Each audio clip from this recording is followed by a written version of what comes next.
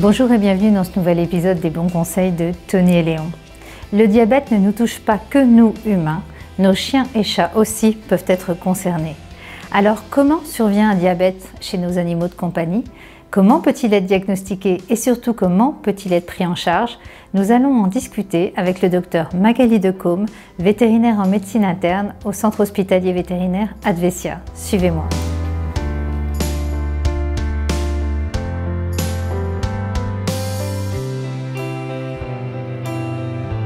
Bonjour Magali. Bonjour Valérie. Je te remercie de m'accueillir de nouveau dans le service de médecine interne d'Advesia avec Lulu. Donc je viens te parler de diabète chez nos animaux. Et en tout cas le diabète de type 2, pour se focaliser dessus. Est-ce que tu pourrais me redire ce qu'est le diabète? Donc le diabète, c'est lié à un taux de glucose qui est trop élevé dans le sang, souvent lié à une dysfonction, en tout cas le pancréas qui ne fonctionne pas suffisamment bien et qui n'arrive pas à faire son travail de régulation du taux de sucre dans le sang. D'accord.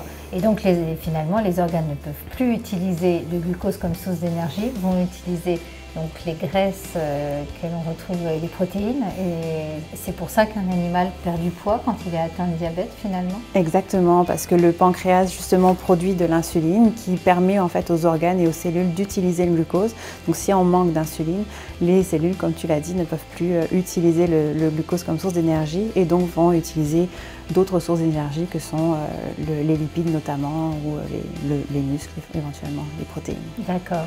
Alors j'allais te demander quels sont les signes de diabète que peuvent reconnaître des propriétaires de chiens et de chats. Atteints. Voilà. Donc les signes les plus frappants sont l'augmentation de la consommation d'eau. En conséquence, ils vont uriner aussi beaucoup plus. Comme ils n'arrivent pas à utiliser le glucose comme source d'énergie, ils vont avoir l'impression d'avoir toujours faim, donc l'appétit qui sera augmenté. Et ce sont des animaux qui vont, comme tu l'as dit, maigrir malgré un appétit qui sera augmenté. Ça, c'est vraiment les signes d'appel. Et chez le chat, il y a un signe particulier en cas de diabète? C'est à peu près la même chose que chez le chien, donc non, grosso modo, à peu près la même chose. D'accord. Ça les prédispose aux infections urinaires, les chats ou pas, d'être atteints de diabète parfois? Lulu s'impatiente. Donc oui, effectivement, parce que quand on a un taux de glucose qui est trop élevé dans le sang, on va le retrouver au niveau des urines, ce qui va prédisposer à des infections urinaires, parce que les bactéries aiment bien ça aussi, le glucose. D'accord. Donc quand un animal arrive en consultation pour te voir et que le propriétaire a une suspicion, comment tu poses un diagnostic de diabète? Que ce soit sur un chien ou un chat, parce que c'est la même façon. Donc la première chose que l'on va voir, c'est à la prise de sang, on va voir que le glucose est élevé. C'est beaucoup plus facile à diagnostiquer chez un chien que chez un chat, parce que chez le chien, un glucose élevé, si on en retrouve également au niveau des urines, on va tout de suite savoir qu'il y a un diabète. Par contre, chez le chat, ils font des hyperglycémies de stress. Donc le glucose dans le sang peut être élevé simplement à cause du stress lié à la consultation chez le vétérinaire. Voilà. Donc là, on le garde un petit peu à la clinique, le temps de pouvoir refaire le calmer. Exactement. Donc il y a plusieurs techniques. On peut le garder à la clinique, refaire plusieurs doses de glycémie. On peut aussi demander aux gens, aux propriétaires, de faire des analyses d'urine à la maison en récupérant des urines ou faire des analyses sanguines supplémentaires. D'accord. Donc suite au diagnostic, quand le diagnostic est posé chez l'animal, ça signifie que là le traitement à base d'insuline va commencer. Est-ce que tu peux nous en dire quelques mots? Parce que c'est un traitement qui est quand même assez strict pour le propriétaire, qui demande beaucoup d'engagement. Exactement, donc ça c'est un peu le point faible de cette maladie-là, c'est que l'insuline doit être injectée vraiment à heure régulière, respecter à peu près 12 heures d'intervalle. Il faut également, puis on ne peut pas rater une journée, il faut absolument que l'animal prenne toutes ses injections régulièrement, donc c'est sûr que pour partir en vacances, pic d'hyperglycémie, exactement, déséquilibrer l'ensemble de la maladie, mais ça peut prendre plusieurs jours après à ce qu'on retrouve un certain équilibre.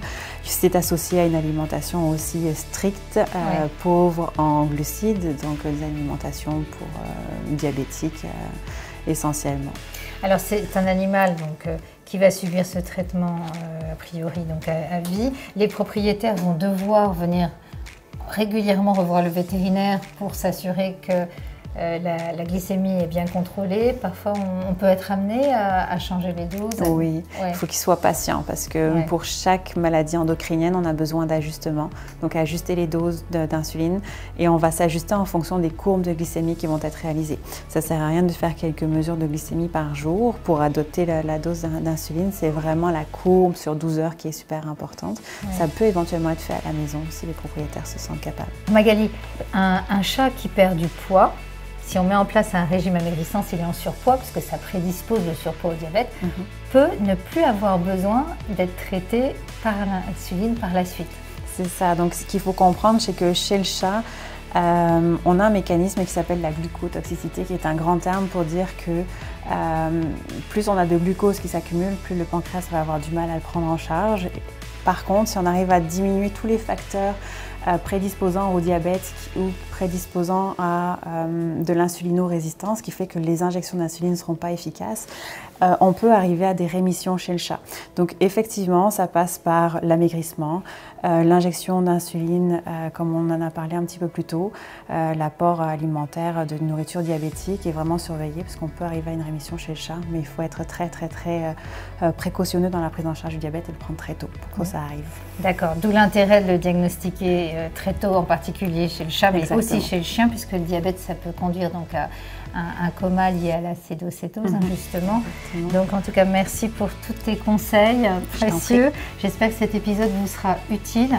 N'hésitez pas à nous suivre sur les bons conseils de Tony Léon. Vous aurez retenu que si vous arrivez à faire perdre du poids à votre chat alors qu'il est atteint de diabète, eh bien, en étant patient, on peut stopper le traitement à l'insuline dans le temps, mais ça c'est votre vétérinaire qui vous dira, ce qui n'est pas le cas chez le chien. Et le traitement à base d'insuline nécessite d'être suivi de manière très stricte et va demander un engagement très fort de la part des propriétaires de l'animal atteint.